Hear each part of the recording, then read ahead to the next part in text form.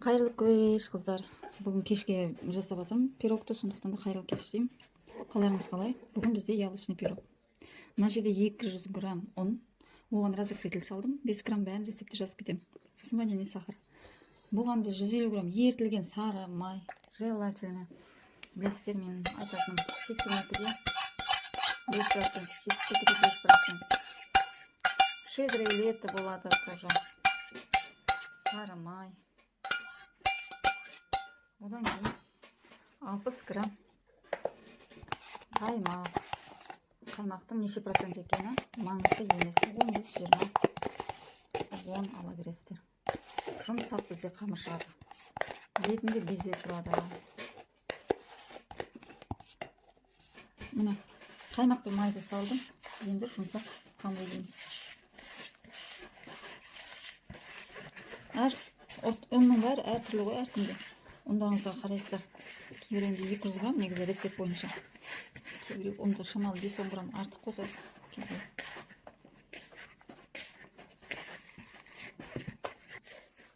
Қыздар, міне мынандай жұмсақ қамыр болды. Бұны холодильникке қоюдың қажеті жоқ. Қазір бірден жайып саламыз. Бірінші заливкасын дайындап алайық. Тұра тұрсын. Заливка бізге. Так. Қыздар, міне енді заливкасын дайындаймыз. Оған бізге 250 граммдай, 200 граммдай қаймақ керек.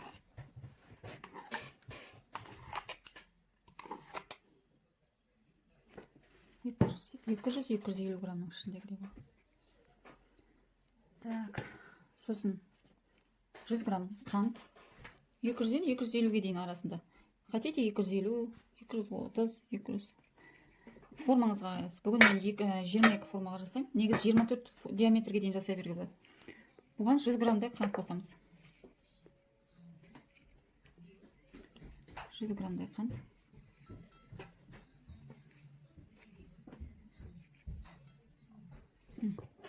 Қыздар, енді 2 столовый ложка ұн қосамыз.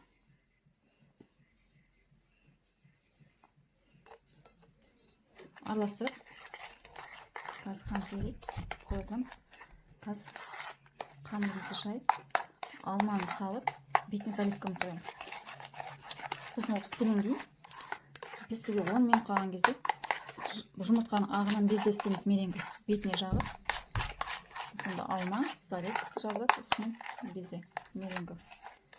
Пирог яблочный с меренгі. Қыздар, міне қамыр, кішкене ұн себелеп, жұмсақ қамыр болды. Жайып аламыз.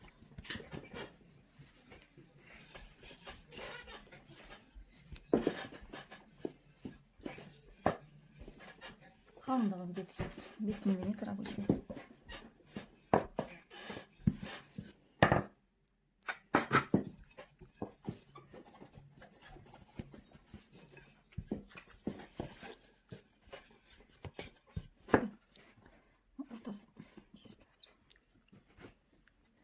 Мына жайып формаға салдым.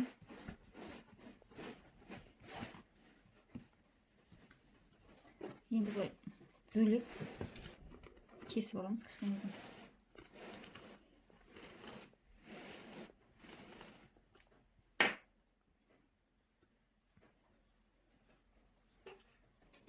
Қыздар, міне алманы саламыз. Так. Мен үйге жасап жатқаннан кейін перчатка киген жоқпын. Егер тапсырысқа жасайтын болсам, мен міндетті түрде перчатка киемін. Басыма орамал тағамын.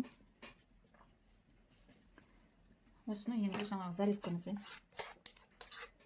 құямыз. Пешті 180 градусқа қыздырып қойдым. Жарты сағатта 30-35 минутта пісу керек. Алла бұйыртса. Болам дегенше біз меренгамызды дайындаймыз. Қыздар, мына заливкамызды құйдық. Енді пешке қоямыз 180 градуста 30-35 минут. Қыздар, мына 3 белокқа 3 столовый ложка қант саламыз. Сөйтіп взбивать етеміз. Негізі бірінші қант салмау керек, кішкене көпіргенше қант взбивать ету керек. Менің мына взбивалкамен істеймін. Бұл взбивалка где-то бір 20 жылдан асқан шығар. Бірақ ескірмейді, тозбайды, өзінің жұмысын жақсы атқарады. Мен планетарный миксер аламын дегенше осымен жасай тұрамын енді. Қыздар, мына взбивать етілді. Көрдіңіздер ма? Бүйткен кезде түспейді. Сондай қатты устойчивый пикке дейін жасау керек. Енді қазір пирог жарты сағаттан кейін аламыз да, температура 180-де тұр ғой. Енді 160-қа дейін түсіріп, температурасын тағы да 15-20 минутқа қоямыз. Міне әдемі болып пісіп тұр, сүйкімді. Енді бетіне мынаны саламыз. Бұны шарик насадкамен мешокқа салып салса да болады. Мен бірақ жая салайын деп тұрмын.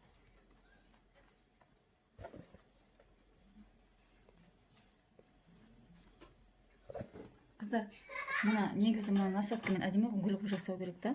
Менің қателігім мына жерде белокты мен ерте взбивать етіп қойдым. Негізі уақытысында взбивать еткіздер.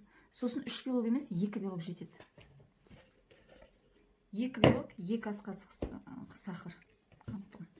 Енді осыны 15 минутқа 160 градусқа қоямыз.